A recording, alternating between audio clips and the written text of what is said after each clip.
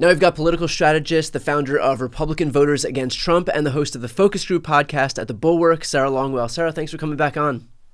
Hey, man, thanks for having me. Great to be here. Thank you. So, okay, let's dive into what I think may be a worry right now. Obama won Latino voters by 44 points. Hillary won them by 38. Biden by 33. Kamala right now is at a 14-point lead among Latinos, which is dragged down primarily by Latino men. Is this a blinking red light for Democrats, or do you anticipate that we'll see a reversion to the mean as we get closer to Election Day?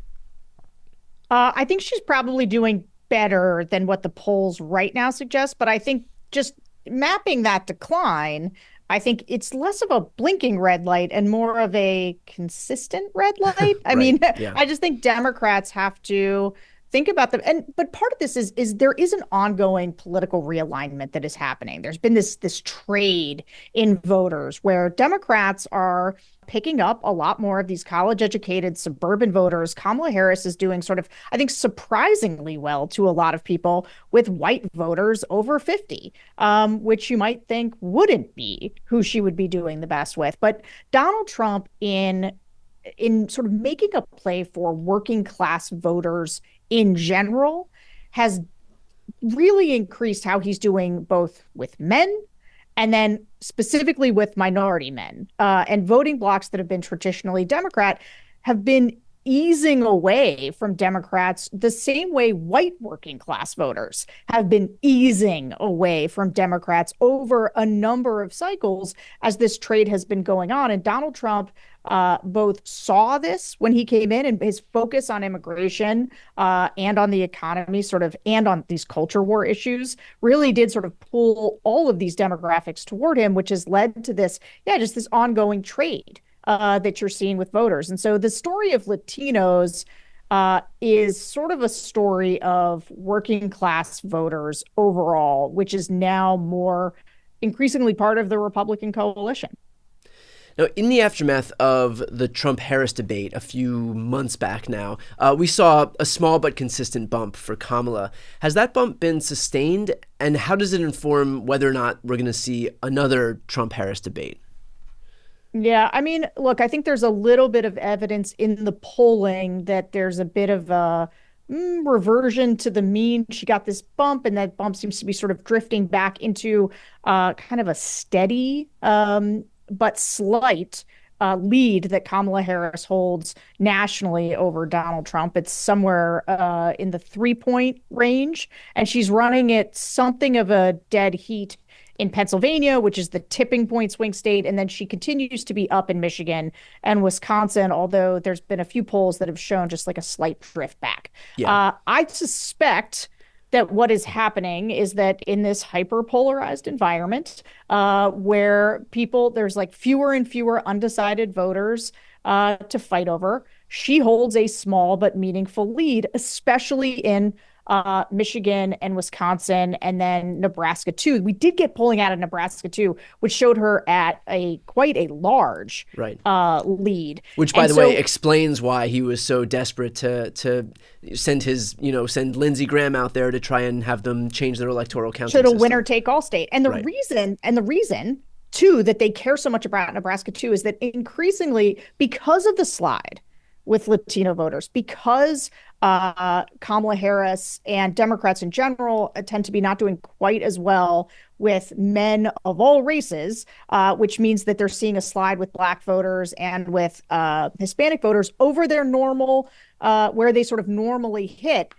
She's actually doing better in Pennsylvania, Michigan, Wisconsin, and Nebraska too, which are historically these whiter states, right? It's the states that are actually more demographically diverse, where she's not doing quite as well. So these Sun Belt states, which is why they need Nebraska too, because her path is looking more and more every day like Wisconsin, Michigan, Pennsylvania, Nebraska too. That's your 270. Right. Now, but in terms of, so the second half of that question, in terms of the likelihood, based on what we're seeing right now, of a second debate, do you think, for example, that Trump would feel okay seeing the polls as they are right now, not getting a second opportunity to go in front of 75 million people and make his case, perhaps by not screaming about migrants eating pets?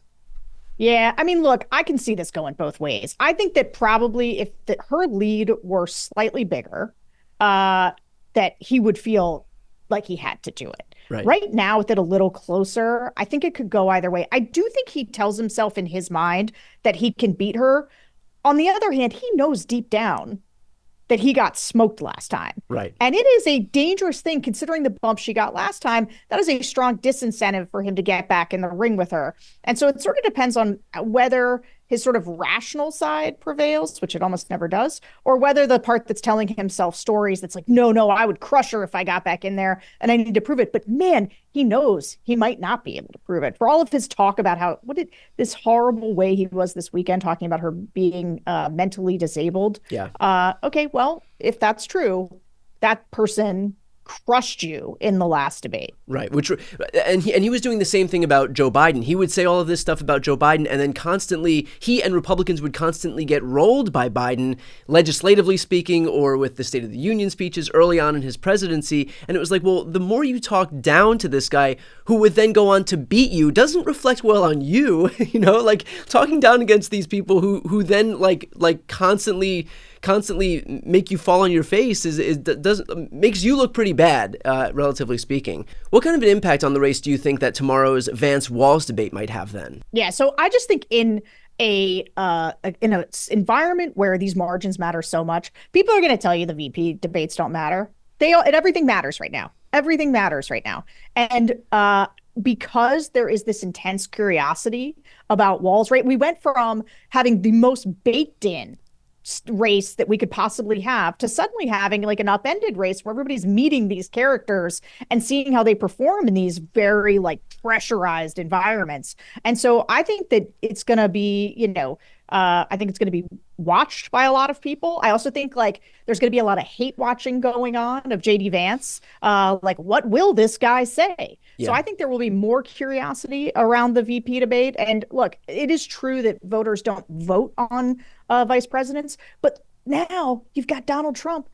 Donald Trump is the oldest person to ever run for president. Okay, he's 78 years old. He's probably almost 79 now.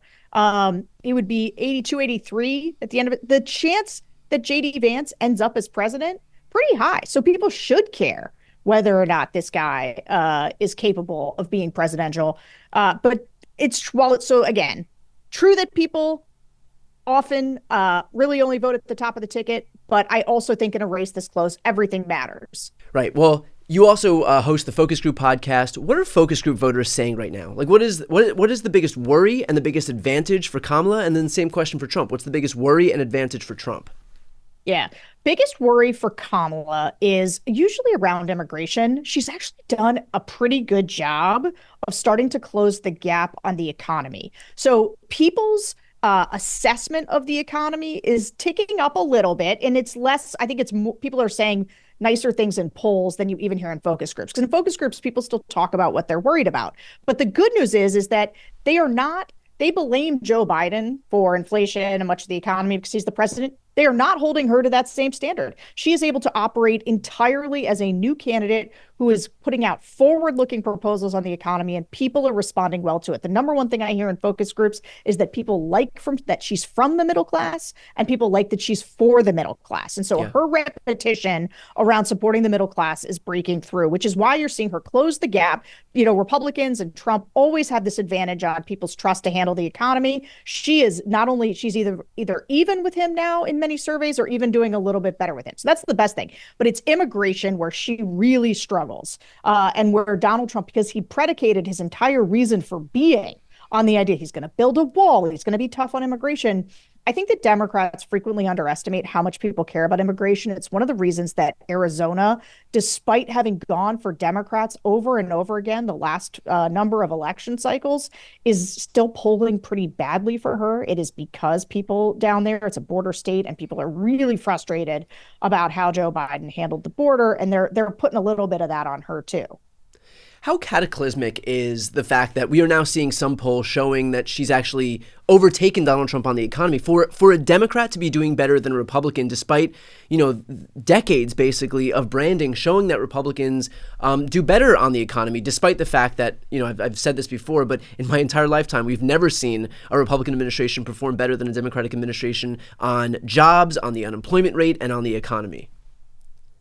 Yeah, I mean, look, it is the number one issue for voters. And so if she can convince voters, especially low propensity voters, which is who Donald Trump really counts on, right? He counts on during an election year, being able to turn out all these people who don't normally vote.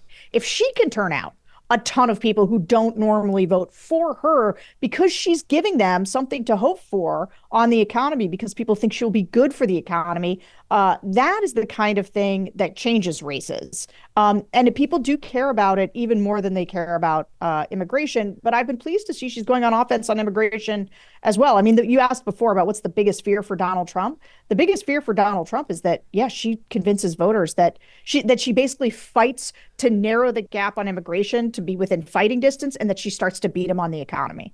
Do you think that her recent focus on, for example, hammering away at the fact that Trump blocked the immigration bill that Democrats were going to pass, do you think that that's going to have an impact? Do you think that the fact that she's going down to the border, for example, are these things actually having an impact, or are they just coming and going in this political environment and not really landing with anybody?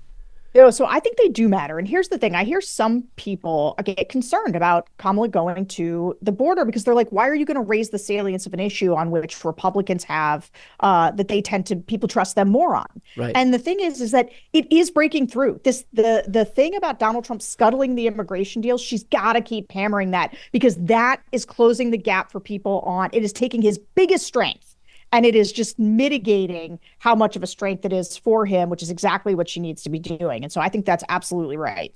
I mentioned before that you founded Republican Voters Against Trump. If anybody has seen your content on Twitter, on any social media, it is outstanding. You've launched a massive $15 million ad campaign in 5 states. That's Pennsylvania, Michigan, Wisconsin, Arizona, and Nebraska too. Here's the lead ad. I'm a 2-time Trump voter. I'm a former Trump voter. And in 2024, I'm voting for Kamala Harris. Harris is a former prosecutor. She's smart. I love her energy. She will support our democratic institutions. She will put her country first. Harris is going to be better for this nation than Trump. I will be voting for Kamala Harris. In 2024, I will be proudly voting for Kamala Harris.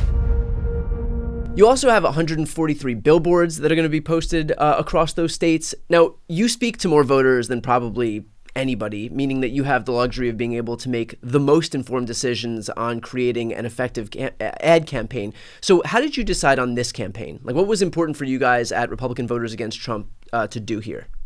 Yeah, so this is our 3rd cycle running this campaign. In 2020, we ran it with lots of people who'd been Republicans their whole lives, talking about why they were going to vote for Joe Biden over Donald Trump. In 2022, we were the biggest outside spender against Kari Lake, but we also ran a number of governor's races, a number of Secretary of State races. We basically went after all the election deniers in a hyper-local way. And then now in 2024, these are all Trump voters. So it's people who have voted for Trump in the past who are now going to vote for Kamala Harris. And so we up the degree of difficulty on our campaigns every single time. But the thing that we know, the thing that all my research has told me, is that the messenger is more important than the message. You need credible messengers that people, because there's a lot of Republicans who hold their nose and vote for Trump. The reason that Kamala Harris continues to do better, actually, with Republicans over 50 or right-leaning independents over 50 versus younger ones, is that younger people who are part of the Republican Party right now, they came because of Trump. They actively like Trump. The people who are much older, they came for Reagan or they came for Bush. And so as a result, they're looking at this Republican Party and thinking, I don't really recognize this anymore. This doesn't feel right to me. These people feel extreme. Those are the people you've got to find every cycle and figure out how to build a permission structure to get them to say, I'm actively going to vote for a Democrat, even though that's something I may not have done in my entire voting life. And so that's what our campaign does. It highlights these real people's voices who are Trump voters, turns them into ads, and helps. And we show them to people that we designate in these swing states that we designate as persuadable, as either right-leaning independents or soft GOP voters, and even some soft Dem voters, because a lot of times you get Democrats who like aren't that enthusiastic about a candidate, but then they see that Republicans are out there saying that they refuse to vote for Trump and that actually helps push them as well. So I noticed that you use a lot of regular people, and I guess we spoke about this before, but how this is the result of declining trust among, politicians, among kind of authority figures. And with this decline in trust among them, the voices that you're deferring to more are just regular people who are more relatable to voters than these politicians. Do you think that by virtue of the fact that we are seeing the usual endorsements for Kamala Harris, the usual musical artists, regular artists, actors, celebrity figures, are Democrats missing an opportunity to persuade regular people out there by virtue of kind of leaning on the historic influencers as opposed to taking this tack a little bit more where we just kind of showcase regular voters? I mean, here's the thing I'll say. I do think more so even than 2020. We are seeing much more interest, I think, from the Harris campaign in highlighting these voters. There was a lot of these voters that were highlighted during the convention.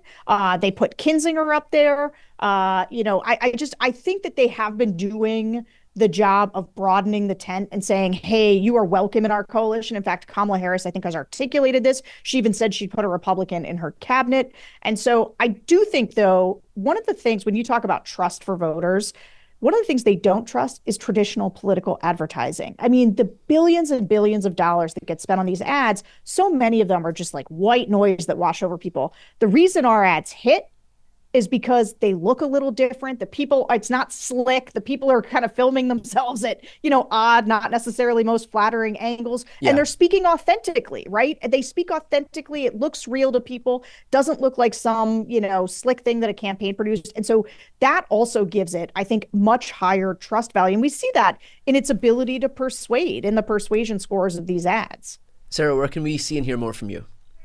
Well, if you want to go to rvat.org, you can see all these real people, these regular voters, Republicans, Trump voters, talking about why they're going to support Kamala Harris. But also check out the Bulwark, guys. Our Bulwark YouTube is crushing.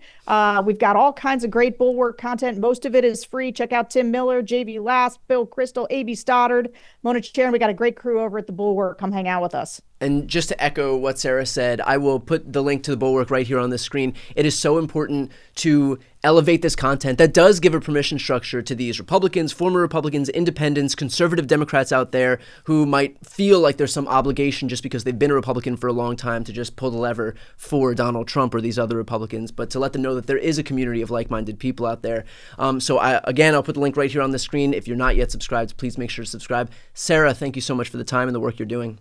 Yeah, thanks for having me. See you guys.